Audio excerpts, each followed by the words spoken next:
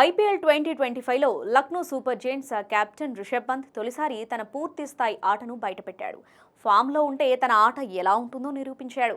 Royal Challengers బెంగళూరుపై విధ్వంసకర ఇన్నింగ్స్తో చెలరేగి లక్నో జట్టుకు భారీ స్కోర్ అందించాడు.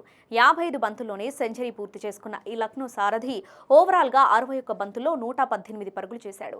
పంత్ ఇన్నింగ్స్లో 11 ఫోర్లు 8 సిక్సర్లు ఉండటం విశేషం. పంత్ ఇన్నింగ్స్ను ఎంత పొగిడినా తక్కువే. అయితే పంత్ చేసిన సెలబ్రేషన్ మాత్రం కొంచెం ఓవర్గా అనిపిస్తుంది. భువనేశ్వర్ వేసిన ఇన్నింగ్స్ 18వ ఓవర్ 4వ బంతికి పంత్ సెంచరీ పూర్తి చేసుకున్నాడు. శతకం తర్వాత హెల్మెట్ తీసేసి పల్టీ కొట్టాడు. పంత్ చేసుకున్న ఈ సెలబ్రేషన్ నెటిజన్స్ కు అంతగా నచ్చలేదు.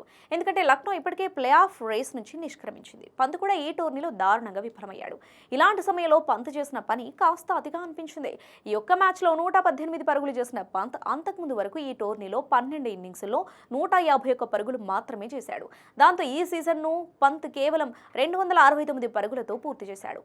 అంటే వేలల్లో తాను తీసుకున్న 27 కోట్లలో కోటికి 10 పరుగుల చొప్పున కూడా పంత్ బ్యాట్ నుండి రాలేదు. కానీ అంతా అయిపోయిన తర్వాత సీజన్ చివరి మ్యాచ్లో ఏదో ఫైనల్ గెలిపించిన రేంజ్లో పంత్ సెలబ్రేట్ చేసుకోవడం ఫ్యాన్స్కు అంతగా నచ్చడం లేదు.